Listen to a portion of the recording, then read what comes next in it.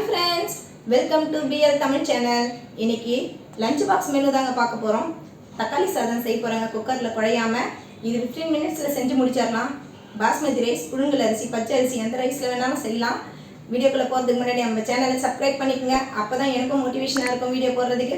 வாங்க எப்படி செய்யலாம்னு பார்க்கலாம். 2 டம்ளர் புழுங்கல் அரிசி எடுத்து 3 வாட்டி கழுவிட்டு அரை மணி நேரம் ஊற வச்சு தண்ணி இல்லாமல் வடித்து எடுத்து வச்சுருக்கேன். அடுப்பு பற்ற வச்சுக்கிட்டு அடுப்பு மேலே ஒரு குக்கர் வச்சுருக்கேன். இதில் கொஞ்சம் ஒரு 4 ஸ்பூன் எண்ணெய் சேர்த்துக்கலாம். 1 ஸ்பூன் நெய் சேர்த்துக்குங்க.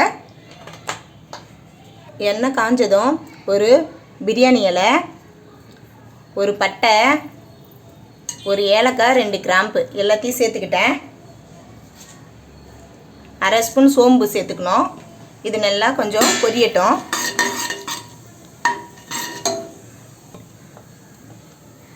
பொரிஞ்சதும் நீளமாக கட் பண்ணி வச்சுருக்கிற 2 வெங்காயம் இது கூட சேர்த்துக்கலாம். சேர்த்துக்கிட்டு இது போல் கலந்து கொடுங்க.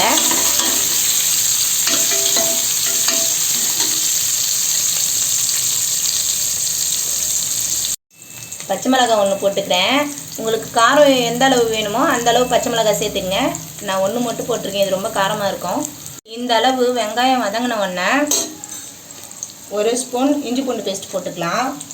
போட்டுட்டு இது கொஞ்சம் போல் வதக்கி விடுங்க. இஞ்சி பூண்டு வாசனை, அந்த பச்சை வாசனை கொஞ்சம் போகணும். ஒரு செகண்ட் போல் வதக்கி விடுங்க.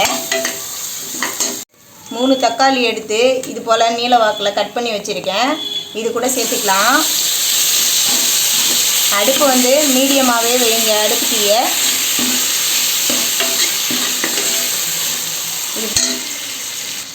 அரை ஸ்பூன் உப்பு போட்டுக்கலாம். உப்பு போட்டு கலந்து கொடுங்க. கொஞ்சம் கொத்தமல்லி, கொஞ்சம் புதினா தழை எடுத்து இது போல் கட் பண்ணி வச்சதை இது கூட சேர்த்துக்கலாம். புதினா தழை சேர்த்து செய்யும் போது சூப்பராக இருக்குங்க டேஸ்ட்டு. நல்லா கலந்து கொடுங்க. கலந்து கொடுத்துட்டு 1 ஸ்பூன் கரம் மசாலா தூள் எடுத்து வச்சுருக்கேன். அரை ஸ்பூன் சில்லி பவுடர், 1/4 ஸ்பூன் மஞ்சள் தூள் எடுத்து வச்சுருக்கேன். உங்களுக்கு காரம் கூட வேணும்னா நீங்கள் கொஞ்சம் சில்லி பவுடர் அதிகமாக சேர்த்துக்குங்க. ஒரு ஸ்பூன் கூட சேர்த்துக்குங்க. நாங்கள் இந்த அளவு சேர்த்துருக்கோம். போட்டு நல்லா கலந்து கொடுங்க. இந்த மிளகாத்தூள் வாசனை வந்து பச்சை ஸ்மெல் போகிற வர கொஞ்சம் கலந்து கொடுக்கணும். இதில் புளிப்பில்லாத தயிர் 2 ஸ்பூன் சேர்த்துக்கலாம். சேர்த்துட்டு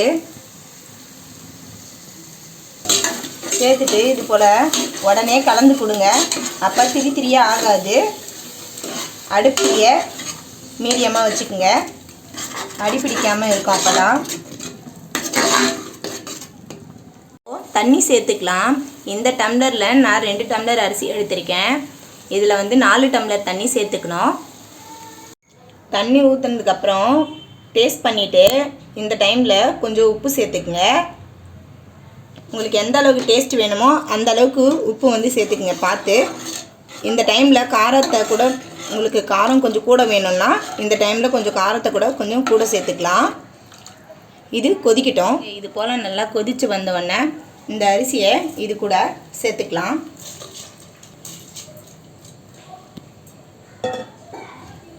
சேர்த்துட்டு இது போல் கலந்து கொடுங்க.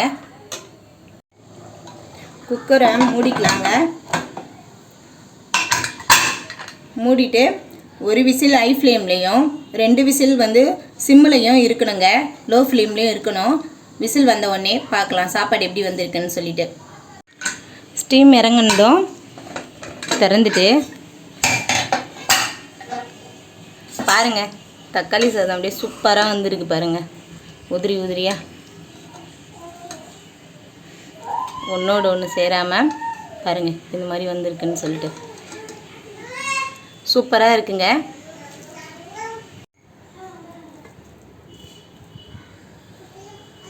பாருங்கள் சூப்பராக ரெடி ஆகிடுச்சு. செம்மையாக வருதுங்க வாசனை.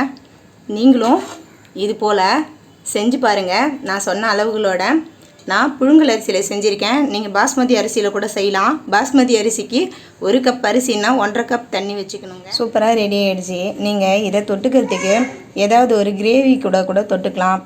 மட்டன் கிரேவி, சிக்கன் கிரேவி அது போல், இல்லைனா வெறும் கிரேவியில் கூட தொட்டு சாப்பிட்லாங்க. நான் இன்றைக்கி தக்காளி சாதம், ஆம்லேட்டு, தயிர் பச்சடி மட்டும் செஞ்சுருக்கேன். நான் சொன்ன அளவுகளோட நீங்களும் இந்த தக்காளி சாதத்தை செஞ்சு பார்த்துட்டு உங்களுக்கு இந்த வீடியோ பிடிச்சிருந்தா லைக் பண்ணுங்கள், ஷேர் பண்ணுங்கள், சப்ஸ்கிரைப் பண்ணுங்கள். பாய்.